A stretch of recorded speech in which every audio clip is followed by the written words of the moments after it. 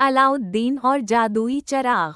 ये कहानी एक गरीब नौजवान लड़के अलाउद्दीन की है जो अपने माँ बाप के साथ एक छोटे से गांव में रहता था।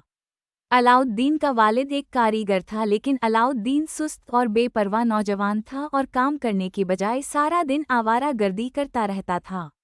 उसकी माँ इसके मुस्तकबिल के बारे में बहुत फिक्रमंद रहती थी। जादूगर से मुलाकात। एक दिन एक जादूगर अलाउद्दीन के गांव आया और उसने अलाउद्दीन को पहचान लिया, क्योंकि वो दरअसल एक जादुई चराग तलाश कर रहा था और उसने इल्म नुजूम से पता लगा लिया था कि ये चराग अलाउद्दीन को ही मिलेगा। जादूगर ने अलाउद्दीन के साथ दोस्ती का बहाना बनाया और उसे अपने साथ ले जाने का वादा की। जादुई गार। जादूगर अलाउद्दीन को एक खुफिया गार में ले गया और उसे वहां एक मखसूस जगह पर चराग निकालने के लिए कहा। अलाउद्दीन ने जादूगर के कहने पर अमल किया और चराग निकाल लिया। जादूगर ने अलाउद्दीन से चराग मांगा, लेकिन अलाउद्दीन ने इनकार कर दिया और जादूगर ने गार का दरवाज़ा बंद कर दिया। अलाउद्दीन अंदर फंस गया। चराग का देव। अलाउद्दीन ने गार में वक्त गुजारा और बेबसी में चराग को रगड़ा। अचानक चराग से एक देव नमूदार हुआ और अलाउद्दीन से बोला कि वो चराग का गुलाम है और इसकी हर ख्वाहिश पूरी करेगा। अलाउद्दीन ने देव से मदद की दरख्वास्त की और देव ने उसे और चराग को गार से बाहर निकाल दिया।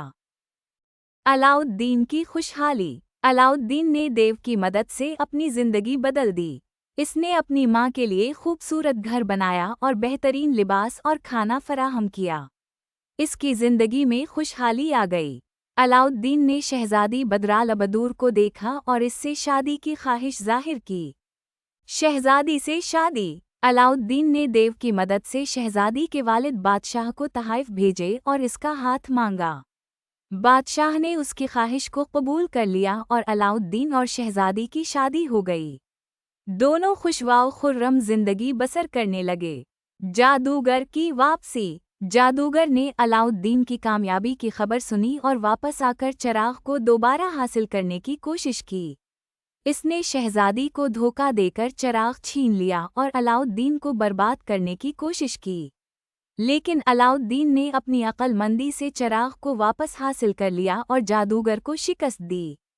खुशगवार अंजाम। आखिरकार अलाउद्दीन ने अपनी जिंदगी को खुशहाली और अमन के साथ गुजारा। जादुई चराग उनके पास महफूज रहा और वो अपनी अक्लमंदी और होशियारी से हर मसले का सामना करते रहे।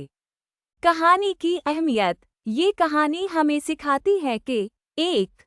अक्लमंदी और होशियारी से हम बड़े से बड़े मसाइल का सामना कर सकते हैं। अगर आपको ये वीडियो पसंद आई हो तो बराह करम लाइक और सब्सक्राइब करें।